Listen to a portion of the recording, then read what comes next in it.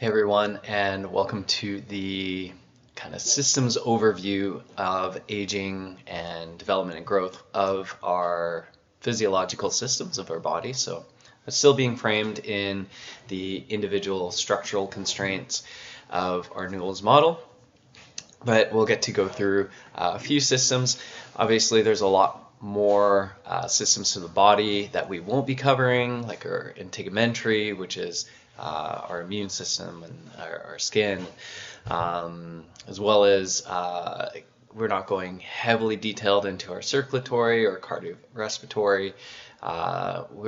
We'll touch on our endocrine, skeletal, muscular, and nervous system. Yeah, just to get some overview of the systems of a developing body. And again, that's framed in the structural component of our Newell's model. And I think it just bears reminding and focusing that a lot of trends of our physiological selves tend to go from this genetic predisposition kind of driving a lot of our development in a lot of ways, but we accumulate life experiences over time. And one of the things that you can think of is just these life and environmental factors continue to build up. There was just a recent study. I should recall the details. Maybe I'll post it along with this slide, or this lecture. But essentially, there's a fairly long-term, large N scale, or a study with a lot of different participants in it, and they looked at individuals over a duration of time. So, a longitudinal study versus a cross-sectional study. And they looked at a lot of molecular markers that, based off the genes, should be present. And they tried to kind of make predictions about what these different kind of levels of products of our genes would be in people's bodies later in their lifetime. And what they found was that primarily genes, do have some kind of initial predictive power as far as what should be there, but ultimately how you live your life, so lifestyle choices, for example, like nutrition, exercise, or did you end up becoming in a higher level of socioeconomic status, such as more wealth and education, and kind of those indicators tended to be better predictors of healthy outcomes than original starting point from genes. So again, quite rigorous study that was done over time, and goes to show that yes, we have this kind of base starting point with genetics, but how we go about living our lives can also and generally can predict a lot of our health outcomes. So we'll dive into it, starting with our nervous system. And again, just to give you a heads up, there's going to be some terms and different ideas and stuff, but right at the end of this section in particular, I'll give you a little timeline and when important things occur at. And I think even just as we go through this, you can kind of see this trend where we tend to increase and peak in different capacities of physiology. And then we actually have a really, really long-term and time of plateau and just a little trough at the end. But again, there's system specific, so we'll take a look at that. So when we start off prenatally, we really undergo a lot of neurogenesis. I've spoken about this in previous lecture, and so that's the generation of a whole bunch of new neurons. And this tends to happen quite a lot, to the point where we actually have overproduction of neurons. And the idea here is we make too many, and then through neuroplasticity, or let's say in some cases in use of certain neural pathways and stuff, we kind of prune that back. So you can think of a tree really overgrowing, and then you prune back parts of the tree that you don't want or don't need, more specifically, and that's how we kind of end up with our brain in this kind of dynamic process of neuroplasticity and staying at this point of keeping connections that we use and want to reinforce, and not having the ones that we don't want. Um, yeah, and I think up until about, well, I guess about 6 months or so, but you typically very early on in prenatal development, as we spoke about, have migration, which is moving of the neurons to the points where we want them to be location-wise in our brain. And then after that, we get our functional connections kind of happen. And obviously, teratogens are more influential to impacting brain development during migration. Still can happen to varying degrees, of course, and a bit of a dose-dependent response rate to later and the functional capacity of brain once we're thinking more about forming synapses and connections between existing neurons that are in the right location. But yeah, the more critical periods tend to be during migration. Okay. And so then once you're obviously born, then we're in childhood, and of course we learn so much in childhood, and we're growing. You know, the saying is kind of like kids are like sponges. They just soak up information. They soak up what they see in the world, and a lot of that has to do with this kind of like overproduction of synaptic connections. And then that kind of pruning as time goes on. And there's some speculation and thought too that all this overconnection and increased synaptic connections actually lead to things like why kids can kind of make these weird creative connections in the world where as adults maybe we don't have that same capacity or creative capacity to kind of think in odd connections. Yeah, so that's a big part of it. Continued on from prenatal, of course, is like things like myelination. So that's as it kind of pictured, well, it's pictured here. So along the axon of a nerve, we have these like fatty wrapping insulated components so that when you get depolarization of the neuron, what kind of happens, it's called saltatory conduction. We get this like hopping or skipping of the signal down a neuron's axon, or this like little connecting part there. Yeah, that occurs essentially from this myelination, and what it does is it speeds up the rate of conduction. So instead of the rate, or instead of the speed of the transmission having to almost like walk along every part of the axon, we kind of get these hop jumps along the way. Yeah, so that's myelination, and again leads for fast conduction of nerve impulses. I think the most important neurons to know would be our pyramidal motor neurons, and they run essentially from our brain and our central nervous system, and they're some of the longest neurons, and they help more or less run the whole height of our body, if you will, to try to get a signal out to our body at times. There's lots of connections as well to our peripheral nervous system that recruits motor units, but again, the pyramidal nerves are the longest nerves that we have in our body. So yeah, and just to highlight this kind of image down here, so at birth, we have, let's say we're looking at 100 neurons here.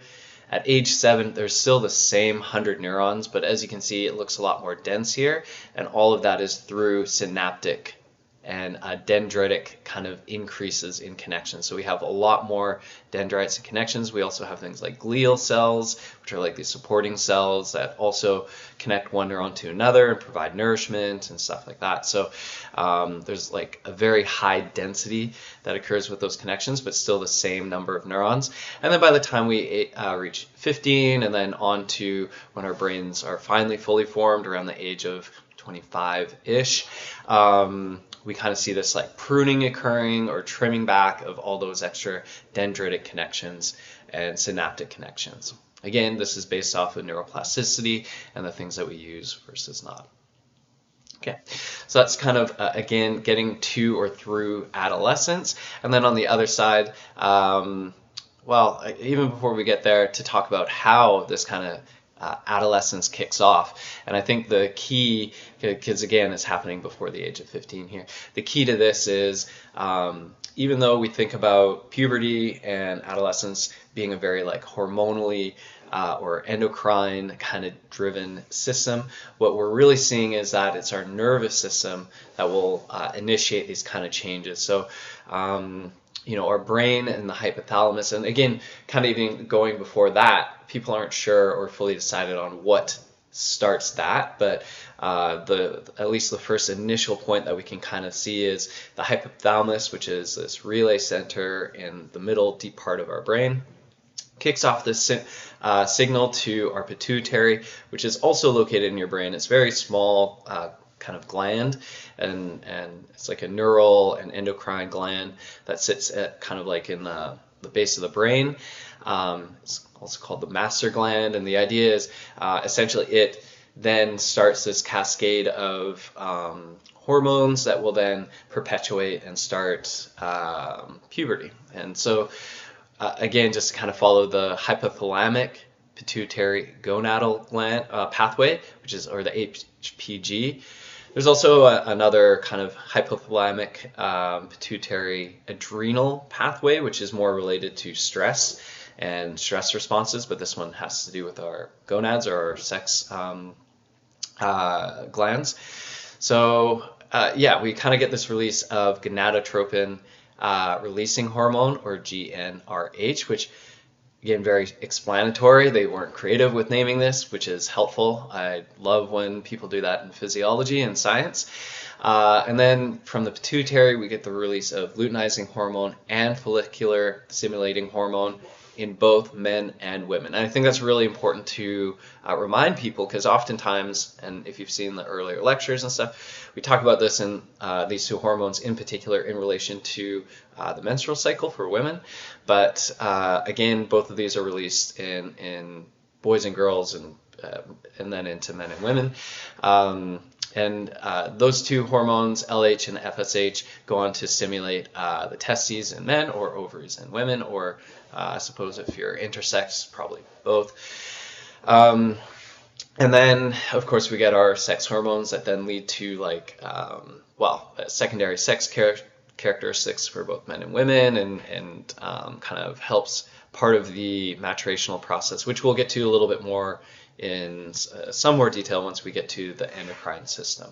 Okay, so again, and maybe just to clarify on this too, even though it might come up again when we talk about endocrine, but both testosterone and estrogen are released in both men and women. They're just at different levels typically. And one of the interesting things maybe about estrogen in men is, yes, the testes release some estrogen, but a lot of it is actually from converted testosterone. So you make testosterone, and then there's a conversion process that converts it. It's through aromatization, of a functional group on testosterone that becomes estradiol. So again, yeah, I think if I don't bring it up when we get to the endocrine system, the use of steroids, typically when you're taking too much testosterone as a man, you tend to get some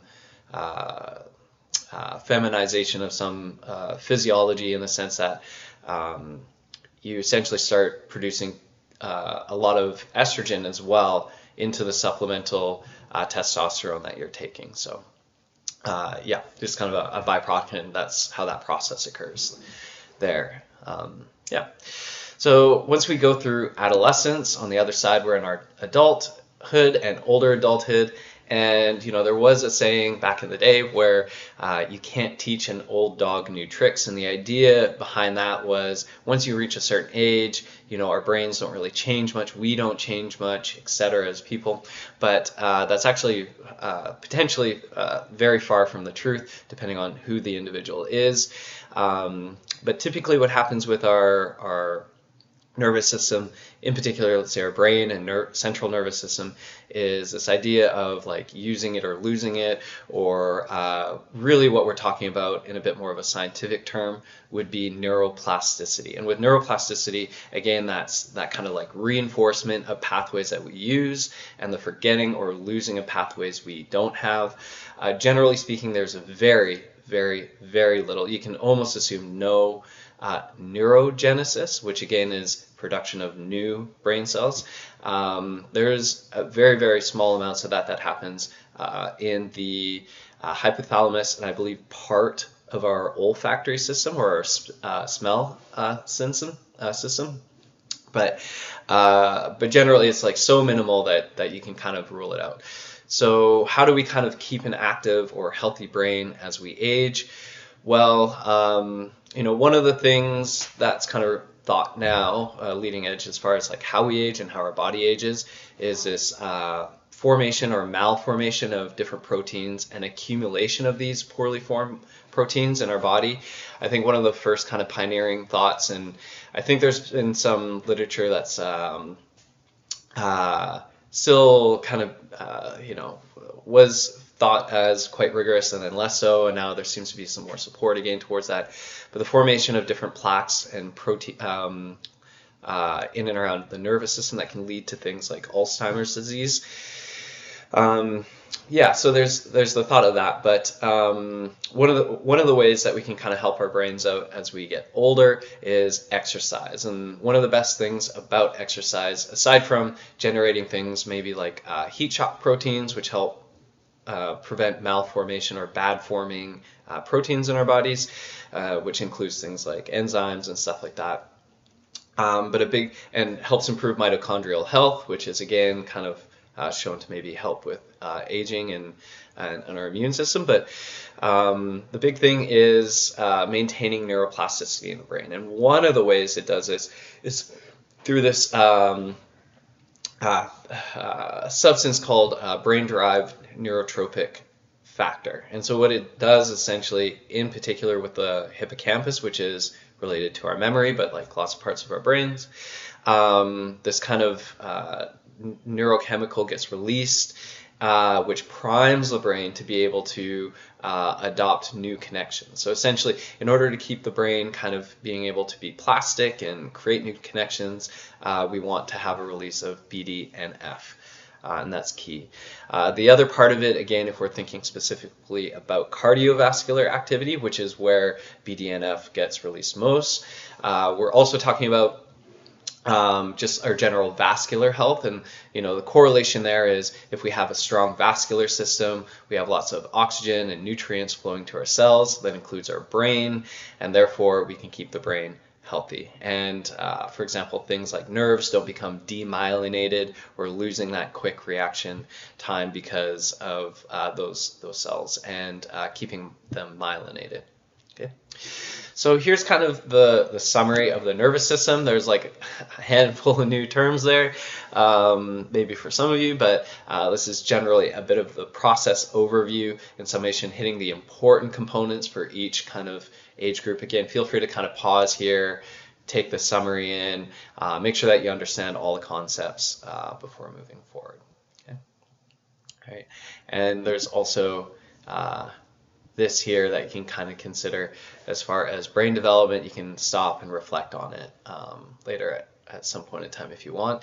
Ultimately, again, we're trying to prevent extrinsic factors or lifestyle factors from building up and prevent any major, let's say, malformations occurring prenatally from teratogens in kind of the prenatal time. Okay. All right, on to endocrine system. Part of kicking off adolescence, as we already spoke about, is here. We've already covered this, but we're going to kind of look at the next step. And again, the endocrine or hormonal system is just, there's so many feedback loops. There's quite a few there, and how and when this happens throughout all of development literally could have its own upper level advanced class too. So I'm definitely not going to be able to cover it in any fullness that way, but there's a few hormones we'll kind of touch on now. And again, your anatomy and physiology classes will touch on a lot of these as well. But again, just to speak to them now, one of the hormones, growth hormone, that occurs or helps with protein synthesis and growth. Again, we're kind of shifting our focus purely to the physical growth side of things versus, let's say, sexual differentiation or anything, and that sort of thing. Growth hormone gets released from the anterior pituitary. So we have, if you remember back a few slides, or last slide even, our pituitary has like an anterior and posterior part. So our anterior pituitary releases that, and that helps with linear growth. There's definitely lots of information and misinformation out there about growth hormone as far as using it as a like performance enhancing drug. I think there's a lot of research that still needs to be done for it. And of course, anytime you're considering that, like adding in extra hormones, you're essentially down regulating your own production of these hormones. And I think despite what might occur during this kind of supplementation, or at the end of the day, it has pretty serious consequences after you take away this the supplementation of any performance enhancing drug, in particular hormonal based ones. So please consider heavily if you're ever even thinking about that. Thyroid hormone. Thyroid glands are in our throat. I will talk about what it looks like when we have too much or too little of that being produced. But ultimately what it does is kind of like whole body growth or metabolism, so energy releasing and production typically when our thyroid hormones get released for our body. And we all kind of spoke about gonadal hormones or sex hormones. But the one thing I'll kind of add on top of that discussion that we already have had is kind of interesting, where when we have higher levels of these earlier on through puberty and stuff, we tend to actually see that in early matures. So and early matures also tend to have fusion of their growth plates in their bones a lot sooner. So you might have heard of growth plates and stuff like that. We're going to talk about that a little bit when we get to our skeletal system. But again, more or less like higher and earlier dose levels of sex hormones, again, tend to be related to our early matures. Okay. Yeah, I guess going all the way to adulthood on this one, we're having a quick arc on this.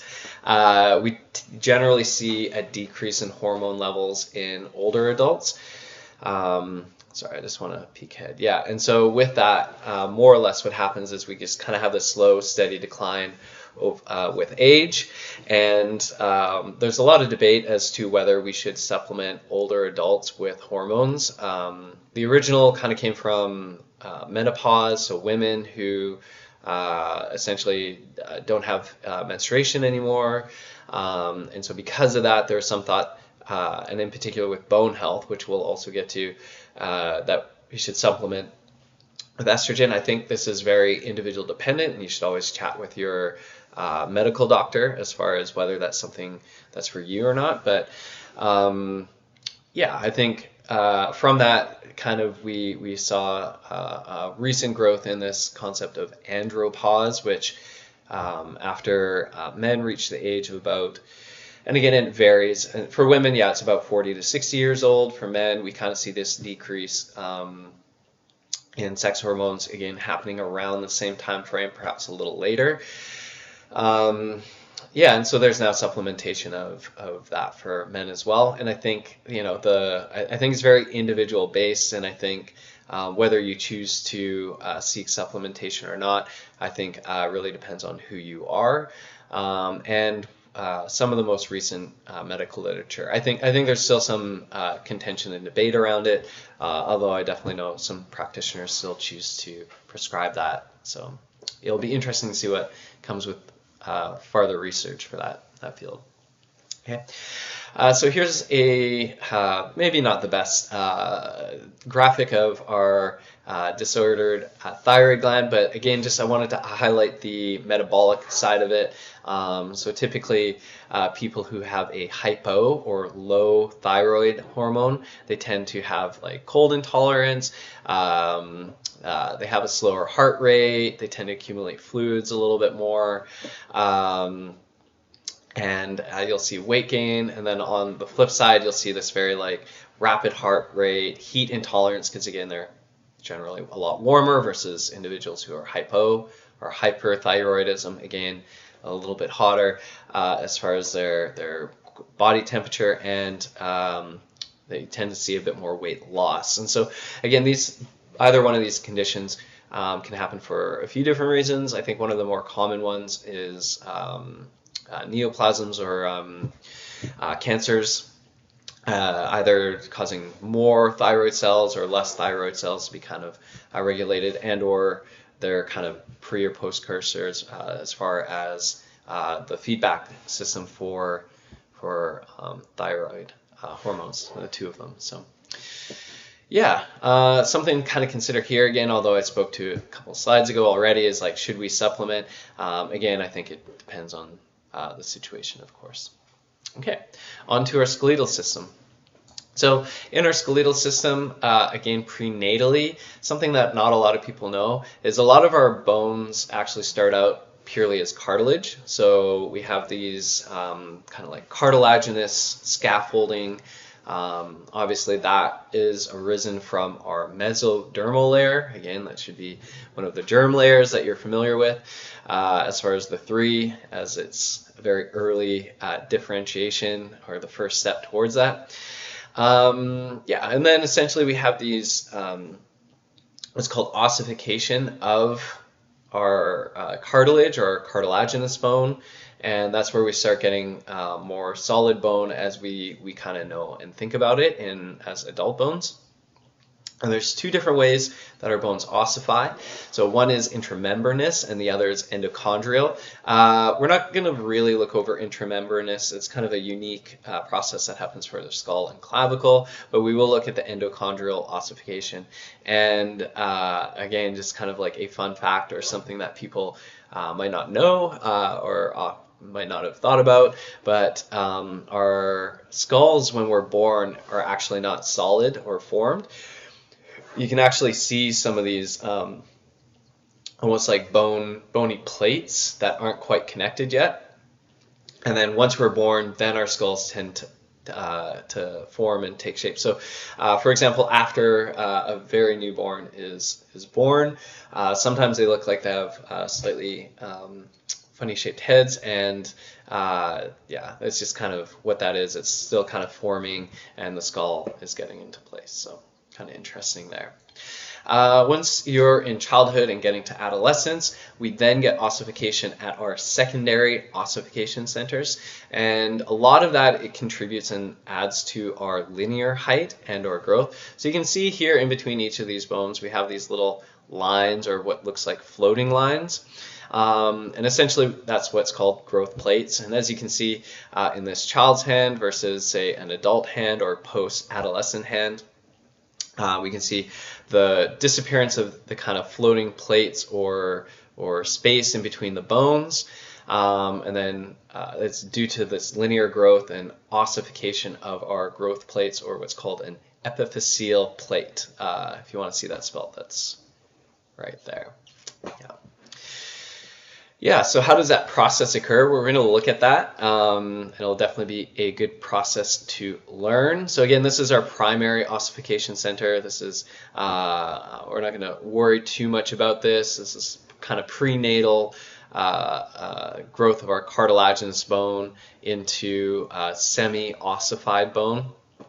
And then postnatally, of course, we have up here our secondary ossification center. And as we can see, it's very well nourished, lots of vascularization going to it, so it can get lots of nutrients and oxygen for those active cells there. Yeah, and we'll see like the epiphyseal plate here as well. So that's kind of what was highlighted on the other place. So, but I think the question that you might want to ask yourself and be curious about is like, how do we go from this to create a longer and longer bone? Well, that happens like this. So again, this is kind of the square part that we're looking at here, zoomed into here. So you can think of the top of the bone here, top of the bone there, the epiphysis is up over here. And then we have all these cartilaginous type cells happening here, and then more of our ossified bone here. And as you can see, so in the middle of the bone right here, that's where we have more ossified bone, or hardened bone as we tend to think of it, and some spongy bone and stuff like that. But this is more or less a fully formed bone. And so the idea here is the ends, this happens on either side, but we'll just look at this top end here, is the way it kind of moves up or adds length to the bone is actually by stacking ossified bone below it. So if you kind of look at this arrow kind of here, we add in new cartilage bones here that over time get pushed more and more, in this case inferiorly or downward, towards here where we have ossification of bones, right? So the other way of saying it, the way ossified bone happens is upward at the bottom of this kind of growth plate, if you will, or cartilaginous growth plate. Okay. So looking at the different zones that, and again, it's kind of highlighted here for you to know, is we kind of have the zone of cartilage proliferation. So again, new cartilage getting put down. We then get to the zone of cartilage hypertrophy. So again, that means the cells get bigger, and you can kind of see that depicted here. Okay. Then we get to the zone of ossification, and so this is where we get kind of conversion from calcified bone into ossified bone. And you can see lots of vascularization there, lots of blood vessels kind of helping serve for nutrients and oxygen and stuff like that.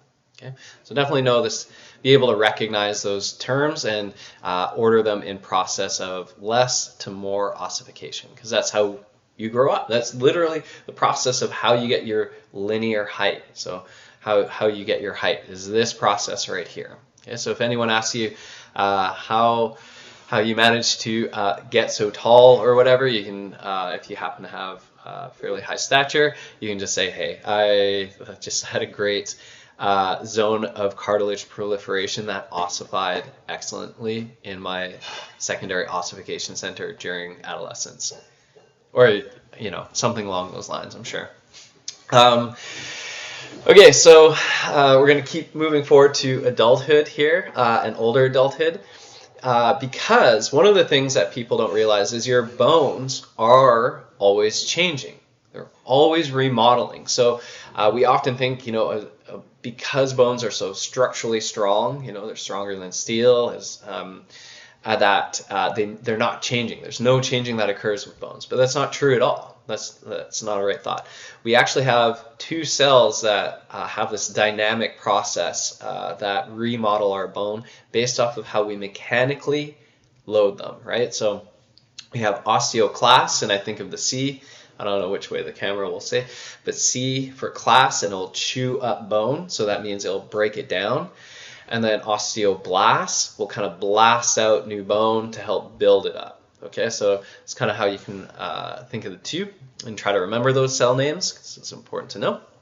So yeah, and essentially there's this process that will continue until about the age of 30. Once we all reach the age of 30, what will tend to happen is we have this rate change between our osteoblasts and osteoclasts, where our osteoclasts will slowly start to outpace our osteoblasts. So in another way of saying that is our bone breakdown will happen at a higher rate than our bone building, right? Which wasn't true up until the age of 30. So lots of things we can do with that. Before the age of 30, what we can do is we can bank bone, which means essentially do as much weight-bearing activity as possible, such as like resistance training, but anything where we're standing or jumping or that sort of thing. Once we've banked a lot of bone, it will like slow the process over time as we just have more bone stored. And then on the other side, when menopause occurs for women, the rate will significantly increase as far as the osteoporosis development, or this hollowing out of bone, or both are primarily in our spongy or porous bone, but throughout the whole bone just kind of becomes less dense. And so what happens with this osteopenic or low bone density bone is it just breaks a lot easier, right? And so things that we can do for like women in particular would be estrogen supplementation, although there might be some truth for that with testosterone and therefore converted to estrogen supplementation for men in older adult men. But definitely continuing exercise, in particular weight-bearing exercise for both men and women. Calcium supplementation as well can go a long way. And sometimes this loss of bone growth isn't necessarily for any disease condition state, but just muscle loss over time. Because again, mechanical loading is what builds bone, right? So if we look at our muscular system and how that develops over time, what we can see is we have hyperplasia, which is increased of muscular cells, and hypertrophy. Again, this is prenatally, so still developing. Once we are born, There's some research to indicate that anywhere from 15 to 30%, so 1/3 of your muscle fibers, are not differentiated, and that would be in particular between type 1 and type 2 muscle cells. So the idea with that is, or some theories are, okay, well, if you get the muscles working more while the child happens to be young, there's going to be a better development or more likelihood for fast twitch muscle fibers to be developed, which generally helps a lot of more variety of sports. But that's kind of speculative at this time. So yeah, so we can kind of see that once we were born. Again, there's not a whole lot of necessarily like new muscle cells kind of being laid down, but we can get hypertrophy, so like larger muscles.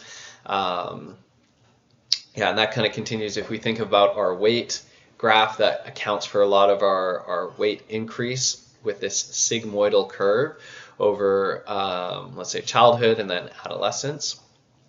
And then once we reach adulthood, we slowly see some decline in muscle mass.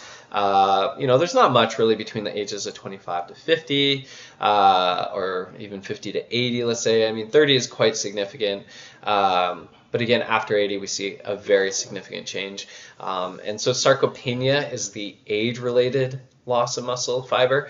You can have something called atrophy, which is a little bit more acute. So for example, if you've had a cast, and what you'll notice fairly quickly is over the span of that 6 to 8 weeks is you'll lose a lot of muscle mass from inactivity, and that's called atrophy. So you can gain that back relatively easily, but sarcopenia specifically is with age-related muscle loss, and that comes from decreasing sex hormones and growth anabolic hormones like the ones we've covered earlier, or another thought is just decrease in activity and lifestyle. So one of the things that research has shown in particular is that people pretty much up to 70, maybe even a little bit farther depending on how that's going, can actually prevent muscle loss, sarcopenia, almost altogether. And in particular, creatine supplementation, that's actually its first and best place for use in research was for older adults, older men and women over the age of 65, I believe some of the original research was done on. And the idea with that is if you're a young, healthy adult, typically you're going to be producing more than sufficient creatine, typically for most activities. There's definitely a growing body of research around this that suggests like it helps with everything from thought to, let's say, athletic performance in different more power-based sports and stuff like that, and even some endurance sports. There's shown some help, and so that I think there's growing literature there. But yeah, its original kind of best case use was for older adults. And I think a good example to visually see this, some of you might have seen this on the internet already, it's verified and such, but we have a 40-year-old triathlete, and this is a CT scan, I believe, or a cross-section of someone's thighs. So 40-year-old, this is a 74-year-old sedentary man. And we can see that all this white, lighter tissue is adipose. There's definitely adipose here, as well as connective tissue around in this person's thighs. We can see a lot more adipose tissue here. And as far as cross-sectional volume for muscle, it's pretty lacking as far as that. And we can even see increases in adipose tissue within the muscle itself. Which is normal, but I mean, you have some here on this individual as well. But then we look here to a 70-year-old triathlete as well, and I'm not trying to say everyone must do triathlons when they're older, but we can say essentially the muscle mass is more or less the same between these two individuals, which is excellent. So great to see, really profound, and the idea is this just a visual demonstration and illustration of use it or lose it, and how our lifestyle choices can really get around, let's say, any genetic predispositions that we might have. Okay. Yeah, and I think kind of as a concluding thought on today's on this lecture is that if we were to kind of play a game and have a court case where each system kind of had to defend itself, saying that it wasn't the cause for the body aging, some other system and their decreases lead the body to be less, let's say, vital as when it was younger.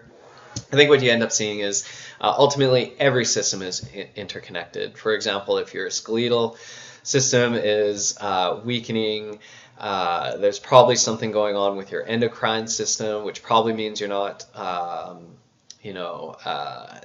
moving quite as much, which probably means your nervous system isn't getting as much activation, which probably means there's this kind of like snowball or interconnected effect. But at the end of the day, the idea is if you're continuing on in a active lifestyle that includes like exercise, but also good nutrition, you actually forego a lot of the decreases and age-related loss in most all of these systems. Okay, so hopefully that gives you a good overarching kind of take on at least 4 systems in a bit more detail. And again, I hope you got the impression that yes, as we age, a lot of these systems will tend to decrease. However, exercise, good nutrition, nothing complicated, nothing extreme, can really mitigate any losses that you would see from these systems for a while and can put them off as far as what sort of effects it has on your quality of life. Okay. All right. Well, thanks for